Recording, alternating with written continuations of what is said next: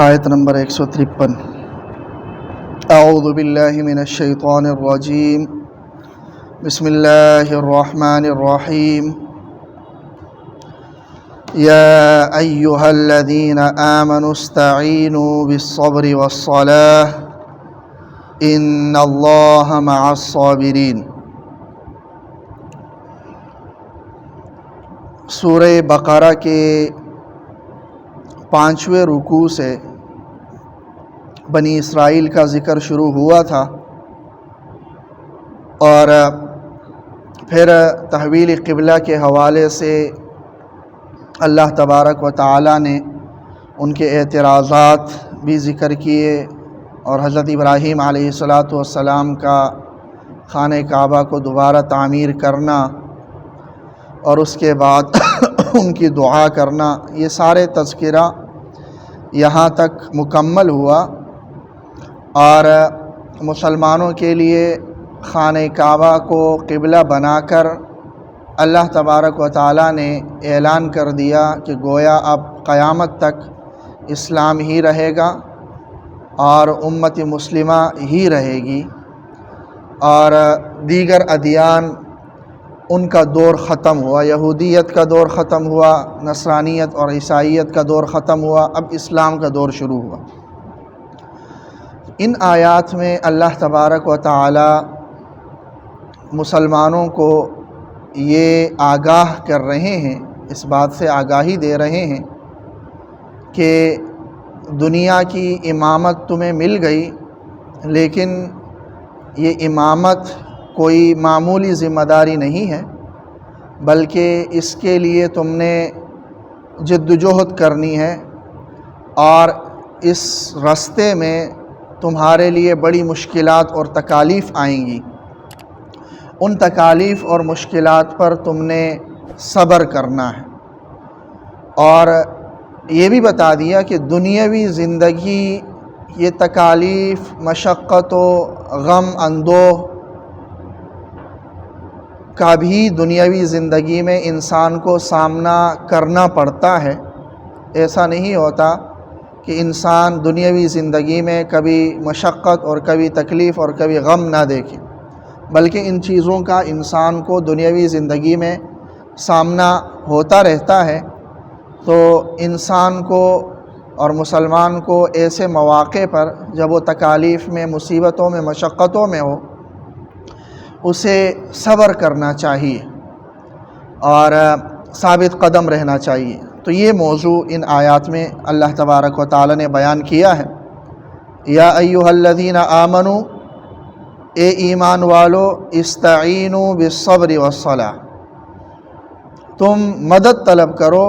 صبر اور نماز کے ذریعے۔ صبر کے ذریعے سے مدد حاصل کرو اور نماز کے ذریعے سے مدد حاصل کرو۔ صبر ویسے تو عام طور پر تو ہم اس معنی میں استعمال کرتے ہیں کہ انسان پر کوئی غم، کوئی تکلیف، کوئی مشقت آئی، اس پر انسان صبر کر لے، لیکن صبر کا صرف یہی معنی نہیں ہے، بلکہ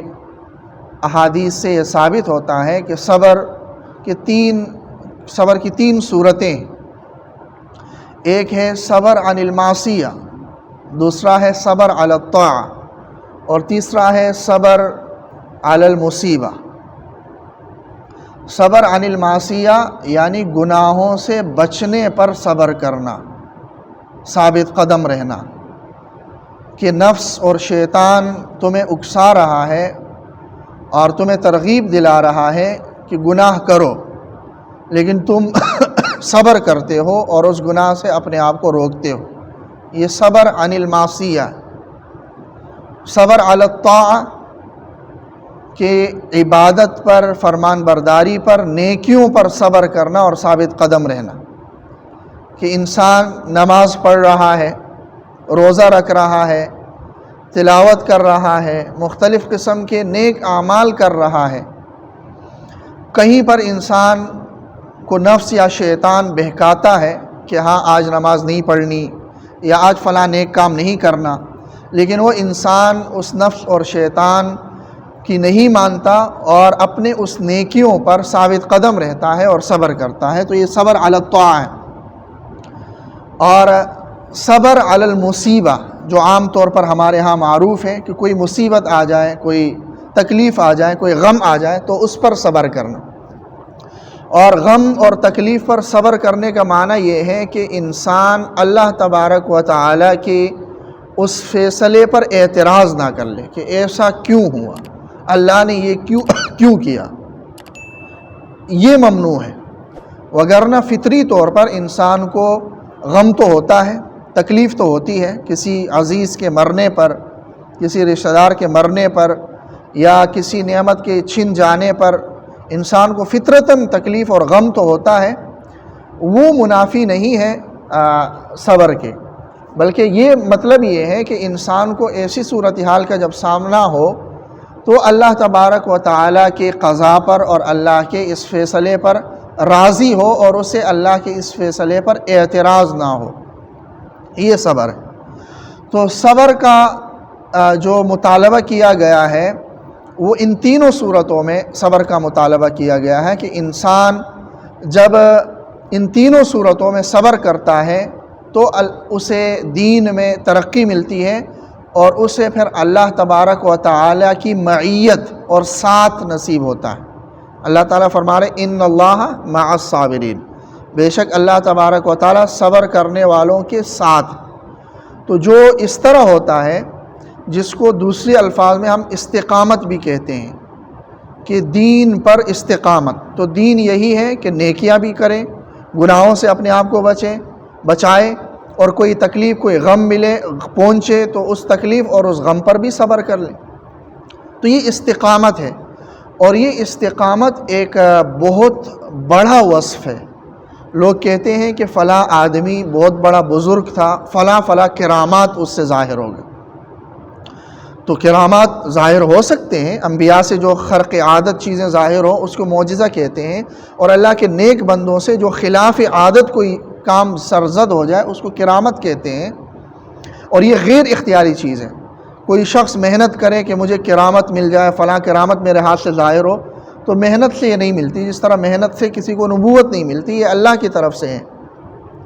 اور نہ ہی کرامت کا کسی کے ہاتھ پر ظاہر ہونا یہ کوئی دلیل اس بات کی کہ یہی اللہ کا ولی ہے، اس کے علاوہ کوئی اور ولی نہیں ہے، یعنی کسی شخص کے اللہ کے ولی ہونے کے لیے ضروری نہیں ہے کہ اس کے ہاتھ پہ کرامت ظاہر۔ تو اسی لیے ایک مقولہ ہے علماء کا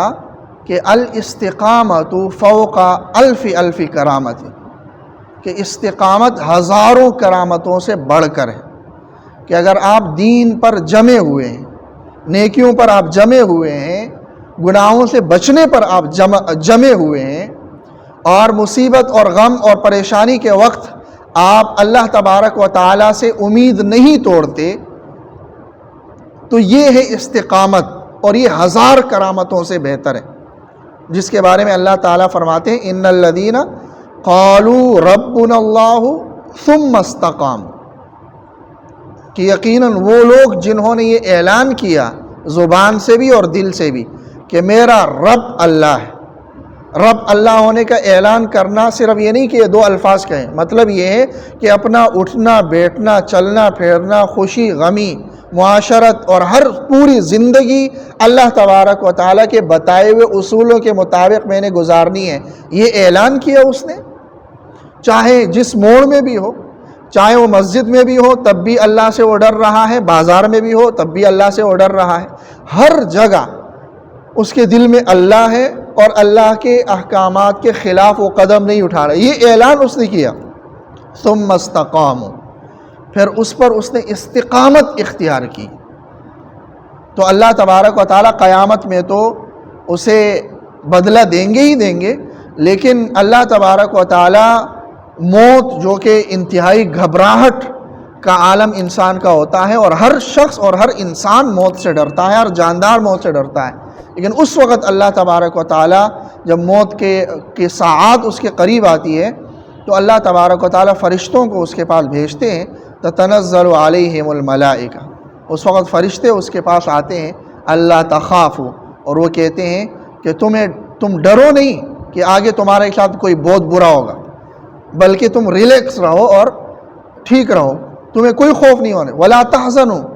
اور نہیں غم کرو کہ پیچھے فلاں رہ گیا، میرا بیٹا رہ گیا، میرے بچے رہ گئے، میری بیوی رہ گئی، میرا فلاں رہ گیا۔ غم بھی نہ کرو، کوئی غم نہ کرو، نہ آگے کا خوف اور نہ پیچھے کا غم۔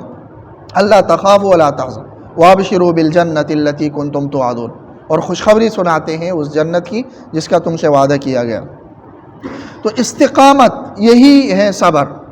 تو یہاں پر اللہ نے فرمایا کہ صبر سے مدد حاصل کر لو، کہ صبر انسان کو، جس انسان کو یہ صبر، یہ تینوں صورتوں میں صبر حاصل ہو جائے، اس سے بڑی بات پھر کوئی نہیں ہو سکتی ہے۔ وہ صلاح، اور نماز سے، تو نماز میں بھی ایک ایسی تاثیر ہے کہ اللہ تبارک و تعالی انسان کو اس نماز کی بدولت انسان کو اللہ تبارک و تعالی صبر سے نوازتے ہیں،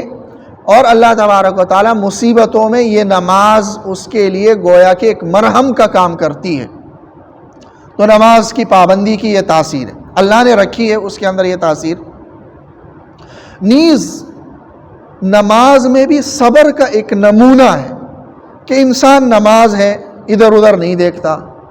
کھاتا پیتا نہیں ہے، اور یہ کہ بولتا نہیں ہے، اور ایک خاص قسم کے حرکات وہ کر رہا ہوتا ہے سجدے میں، رکوع میں۔ یہ بھی صبر کی ہی ایک صورت ہے کہ بولنے سے اپنے آپ کو روک رہا ہے، کھانے پینے سے اپنے آپ کو روک رہا ہے، ادھر ادھر دیکھنے سے اپنے آپ کو روک رہا ہے، اور اپنے دل کو ادھر ادھر کی توجہات سے روک رہا ہے، اور خالص اللہ کی طرف توجہ کرنے کی کوشش کر رہا ہے۔ کوشش یہ انسان کے ذمہ ہے، باقی بلا اختیار اگر خیالات ادھر ادھر بھٹک رہے ہیں تو اس پر اس کی پکڑ نہیں ہے، لیکن یہ کہ بالاختیار وہ ادھر ادھر نہ جائیں۔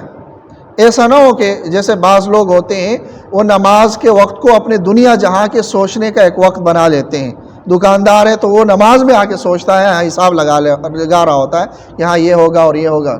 ایسا نہ ہو،